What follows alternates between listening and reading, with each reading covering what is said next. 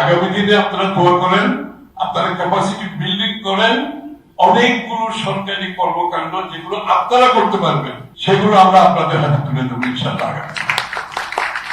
Mission 2030 পরে আমরা পরবর্তীতে তারেক রহমান সাহেব সহ মিলে ওনার নেতৃত্ব, তারেক রহমান সাহেব নেতৃত্ব করি আমরা এসেছি পরবর্তীতে। সুতরাং সার্বক্ষণিক এই দেশের মানুষকে নিয়ে, এই দেশের বিশেষ করে যে এই দেশে যদি বিনিয়োগ না হয়, এই দেশে যদি ব্যক্তি খাত যদি শক্তিশালী না, তাহলে যে অর্থনীতির কোনো ভবিষ্যৎ নাই, উন্নয়নের কোনো ভবিষ্যৎ নাই এবং যে জন্য বড় বড় সংস্কার করে গেছেন ব্যক্তিঘাতকে প্রাধান্য দিয়ে।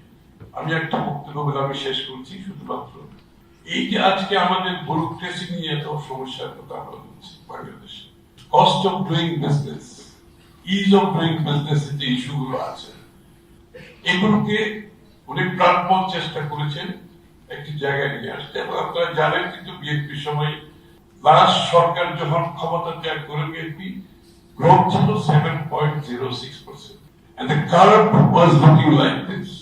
ওই ধারা অব্যাহত থাকলে maybe we should be growing at double digit today হয়তো। ওই ধারা অব্যাহত থাকলে আমরা গর্তে পড়ে গেছি, এখন গর্ত থেকে আমাদেরকে উঠে আসতে হবে। সুতরাং একটি সংস্কার আমি যখন বাণিজ্য মন্ত্রী, এটা আমি শেয়ার করতে হবে, আপনারা অনেকে জানেন এটা, যে ব্যুরোক্রেটিক এই ঝামেলা থেকে বের করার জন্য একবার আপনার গার্মেন্ট ইন্ডাস্ট্রিতে আপনারা যারা আছেন, আমি বাণিজ্য মন্ত্রী থাকতে আপনারা আমার কাছে এসেছিলেন। এই কথাটা এই জন্য বলছি যে ওনার মন মানসিকতা প্রাইভেট সেক্টর থেকে, ওনারা আমার কাছে নেতৃত্ব আসছিলেন যে কি ইউডি সার্টিফিকেট, ইউটিলাইজেশন সার্টিফিকেট একটা নিতে হতো, এখনো হয় নিতে হবে, যে কাপড় যা আনবে এগুলো এক্সপোর্ট ঠিক মতো হচ্ছে কিনা, এখানে কোনো চুরি হচ্ছে কিনা, কোনো কিছু। ইউডি সার্টিফিকেটটা ইস্যু করতো এক্সপোর্ট প্রমোশন ব্যুরো, আপনাদের মনে আছে। এবং এক্সপোর্ট প্রমোশন ব্যুরোতে যখন গিয়ে আমাদের ব্যবসায়ীরা বিভিন্ন বাধার সম্মুখীন, দুর্নীতির সম্মুখীন, টাকা পয়সা ছাড়া সার্টিফিকেট পাওয়া যায় না, ডিলে হচ্ছে, শিপমেন্ট ডিলে হচ্ছে, এটা থেকে বেরিয়ে আসার জন্য ওরা আমাকে বললো সময় এই ইপিবি কে একটু আপনি সংস্কার করে পরিবর্তন আনেন, আমাদের শিপমেন্টের জন্য বিষয়টা আছে।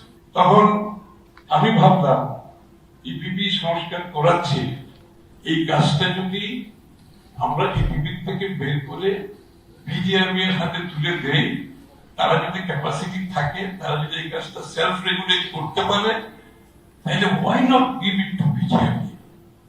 It was a big decision এই কারণে, ব্যুরোক্রেসি কিন্তু এটা কোনোদিন অ্যাকসেপ্ট করবে না। সরকারের একটা কার্যক্রম আপনি বের করে প্রাইভেট সেক্টরের বডির উপর তুলে দেওয়া, ইট ইজ এ হিউজ সাহসের দরকার।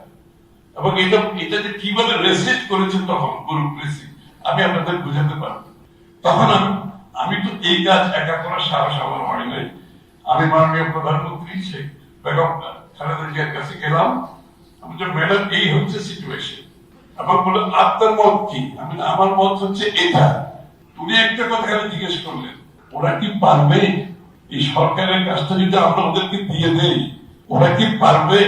আমি যে পারবে না, পারার কিছু নাই, ক্যাপাসিটি বিল্ডিং করবে, ওরা পারবে। এবং সেই দিন আমরা ইপিবি থেকে সেটা বের করে বিজিএমএ এর হাতে তুলে দিয়েছিলাম, আপনাদের মনে থাকার কথা। এবং বিজিএমএ কিন্তু এখন পর্যন্ত এটা সাকসেসফুলি চলছে, চালাচ্ছে। আমি এই কথাটা এই জন্য বললাম, আগামী দিনে আপনারা দোয়া করেন, আপনারা ক্যাপাসিটি বিল্ডিং করেন, অনেকগুলো সরকারি কর্মকাণ্ড যেগুলো আপনারা করতে পারবেন সেগুলো আমরা আপনাদের হাতে তুলে দেবো ইনশাআল্লাহ। এই কথাটা আমি এই জন্য বললাম, আমরা যখন বলি সিরিয়াস ডিরেগুলেশন করব, আমি একটা এক্সাম্পল দিলাম, এই ধরনের ডিরেগুলেশন করা হবে যাতে করে is of doing business, cost of doing business একেবারে ইজি হয়ে যায়। আরেকটা বিষয় যে physical contact with the bureaucracy আমরা কমিয়ে আনতে, সরকারি অফিসে যাতে আপনাদের যেতে না, অনলাইন রিয়েল টাইমে যাতে আপনারা সলভ করতে পারেন, এই কাজগুলো আমরা করতে চাই। বেগম জিয়ার তার জ্ঞান ধারণা থেকে এই কথাগুলো আমি বলছি। This is what she wanted for the private sector, and the slogan of private sector that growth আমরা রিভাইভ করে অন্য পর্যায়ে সেটাকে নিয়ে যেতে চাই। আপনারা দোয়া করবেন। সালাম।